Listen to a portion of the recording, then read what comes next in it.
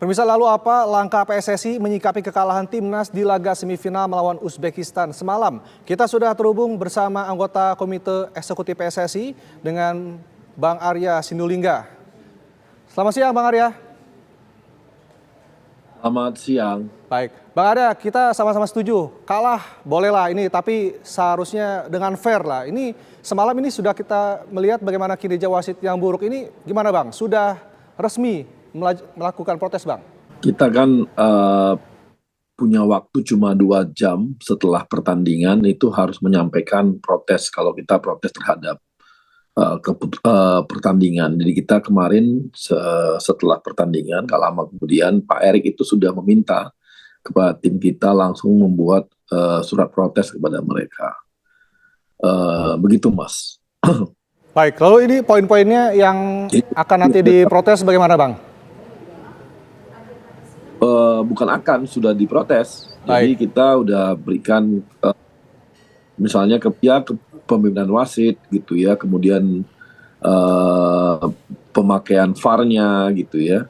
Itu kan dan juga kita lihat bahwa dalam alur pertandingan juga setiap kita udah mulai mau menyerang gitu selalu banyak sekali hambatan yang terjadi. Jadi diperlama gitu timing nyerangnya gitu. Jadi memang halus betul cara ininya kerjanya gitu pada AFC juga gitu.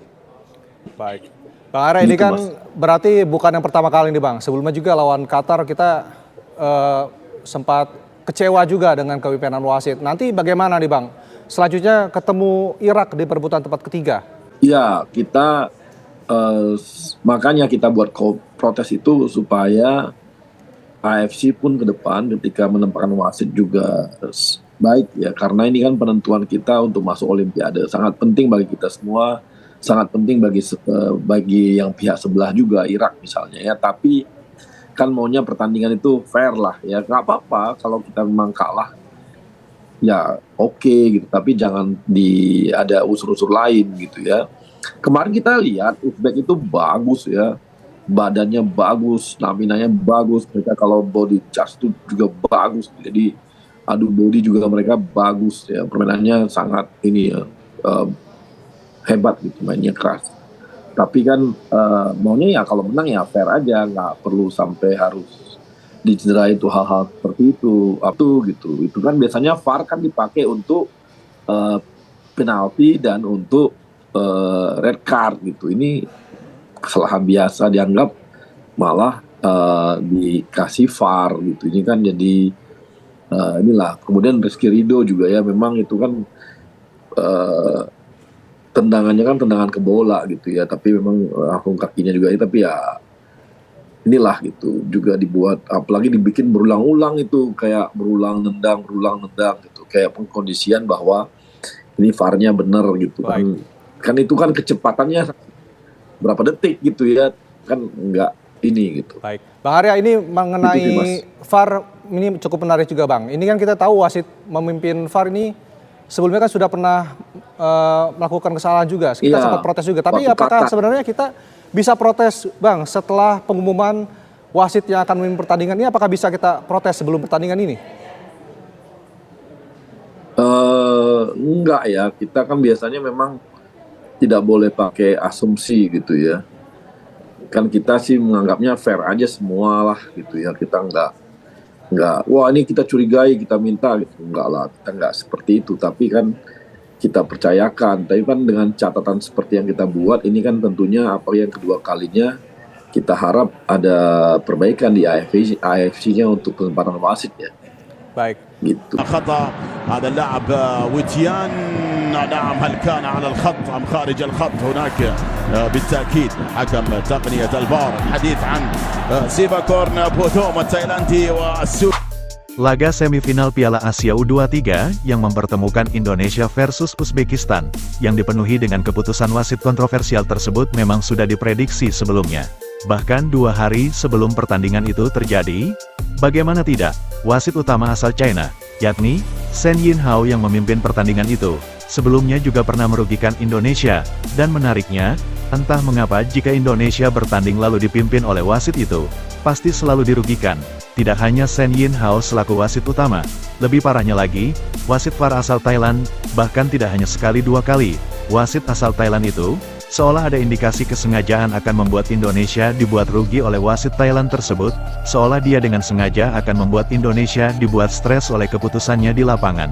Jika lawan yang melanggar, dia tidak pernah memberitahu wasit utama untuk menayangkan VAR, dan sebaliknya, jika Indonesia yang dilanggar ataupun sedang mendapat keuntungan, wasit VAR asal Thailand itu, dengan segera memberitahu wasit utama jika ada kejadian yang harus diamati kembali, dan menariknya, hasilnya selalu membuat Indonesia dirugikan.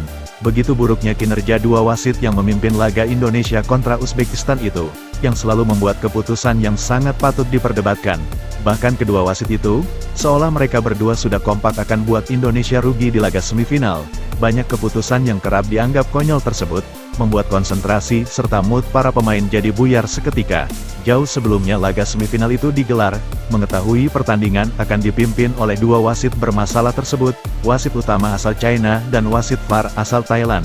Bahkan 2 hari sebelum pertandingan itu terjadi, warga Indonesia sudah mengaku khawatir dan ketar-ketir dengan laga yang akan terjadi di semifinal nanti. Bahkan sebagian dari media serta supporter timnas Indonesia mengatakan, di laga nanti, Indonesia diprediksi akan kalah, tapi kalahnya dengan dua wasit yang akan memimpin. Wasit asal China itu mengobral kartu untuk para pemain Indonesia, dan sebaliknya, terhitung setidaknya ada 4 kali pemain Uzbekistan melakukan pelanggaran pada para pemain Indonesia, yang juga namun dengan cara melanggar pemain, terhitung ada 3 kali pelanggaran semacam itu yang terjadi. Pemain Indonesia sudah mampu melewati bola dari pemain pertahanan Uzbekistan, bola sudah lolos, namun orangnya tidak lepas alias dilanggar. Tentu pelanggaran semacam itu berpotensi mendapat kartu kuning, dan bahkan jika wasit jeli dan ingin melihat VAR, bisa sampai berpotensi mendapat kartu merah, jika memang itu dilakukan dengan sengaja di saat momen pemain paling belakang Uzbek yang melanggar. Sebab keuntungan sudah berada di pihak Indonesia namun justru dipotong dengan cara dilanggar, dan selayaknya pelanggaran semacam itu harus ditayangkan melalui VAR. Alih-alih ditayangkan melalui VAR, bahkan wasit VAR tidak menayangkan apapun. Namun kejadian itu terlihat dari siaran ulang melalui kamera utama tribun yang tidak memiliki kepentingan apapun. Dari siaran ulang kamera utama tribun itu juga terlihat jelas pemain Uzbekistan sengaja melanggar pemain Indonesia yang tengah mendapat peluang baik, sebab pertahanan mereka sudah kosong melompong. Pelanggaran yang sangat merugikan semacam itu, kerap dilakukan para pemain Uzbekistan sepanjang pertandingan, dan tentunya sudah layak untuk diganjar kartu. Bahkan terhitung sebanyak 3 kali dari pelanggaran semacam itu yang terjadi, mengingat lini pertahanan Uzbekistan kerap kosong, dan selalu saja wasit hanya memperingatkan pemain bertahan Uzbekistan, padahal peluang menguntungkan serangan balik itu benar-benar diputus pemain Uzbekistan dengan cara melanggar. Bahkan ada kejadian yang serupa namun justru dibiarkan begitu saja tanpa menghentikan permainan, dengan dalih tidak ada pelanggaran apapun. Padahal dari siaran ulang itu terlihat, pemain Uzbekistan menjatuhkan lawan tanpa mengenai bola yang tengah mendapat momentum serangan balik. Dan itulah yang kerap terjadi di saat para pemain Indonesia hendak melakukan serang balik. Dan parahnya lagi, wasit asal China Shen Yinhao, alih-alih memberi kartu selayaknya para pemain Indonesia dengan mudah menganggap pelanggaran disertai kartu. Bahkan jika pemain Indonesia dilanggar, permainan tetap berlanjut, dengan alasan tidak ada pelanggaran. Dan itu terjadi walaupun pemain Indonesia sedang terkapar sebab dilanggar. Pemain Indonesia yang protes dan mengharapkan untuk melihat VAR. Namun wasit menolak untuk melihat VAR. Sangat terlihat jelas, wasit asal China dan Thailand tersebut mengambil keputusan yang selalu merugikan Indonesia. Dan sebaliknya, setidaknya ada 4 kali pelanggaran pemain Uzbekistan yang berpotensi mendapat kartu, melalui serangan balik Indonesia yang berpotensi menciptakan peluang. Namun justru hanya diperingatkan saja. Tentu hal itu akan terus dilakukan Uzbekistan, yang mana pertahanan mereka selalu kosong melompong, dan momentum itu tentu sangatlah merugikan Indonesia. Peluang itu kerap lenyap sebab dilanggar pemain Uzbekistan tanpa ada kartu. Bahkan beberapa kali wasit hanya membiarkan begitu saja dan permainan tetap berlanjut. Tidak hanya itu, keputusan wasit yang juga mengganjar kartu merah Rizky Ridho tersebut sangat kontroversial, sebab tidak ada indikasi kesengajaan untuk menyakiti lawan. Selain itu, Rizky Ridho terlebih dahulu sudah menendang bola, itu pun sudah tepat sasaran mengenai bola, tanpa ada pergerakan tambahan apapun. Bukan mengacu pada tindakan melanggar, dan benturan itu tidak bisa terhindar. Jika itu dianggap melanggar, Pelanggaran yang paling tepat adalah kartu kuning atau bahkan tidak sama sekali. Melihat tayangan ulang tersebut, Rizky Ridho lebih terdahulu menendang bola. Di saat yang sama, pemain Uzbekistan datang berlari, dan terjadilah benturan yang tidak bisa dihindari. Kecuali jika Rizky Ridho memang dengan sengaja memasang kaki untuk mentuak lawan tanpa mengenai bola, maka tindakan itulah yang baru dikatakan melanggar. Saja jika sudut menyerong, maka garis lurusnya akan berbeda. Seharusnya, VAR juga menayangkan sudut kamera yang tepat lurus dari pinggir sisi kiri, sisi kanan dan juga sisi atas.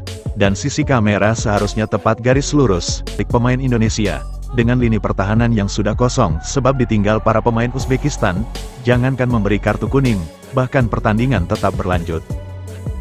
Dari hasil pertandingan yang dipimpin oleh wasit kontroversi, tidak sewenang-wenang memberikan keputusan tidak adil, bahkan berat sebelah. Atas kejadian itu, wasit utama asal China dan juga wasit VAR asal Thailand yang memimpin pertandingan tersebut, begitu merasa dirugikannya pihak Indonesia, hanya dalam hitungan menit,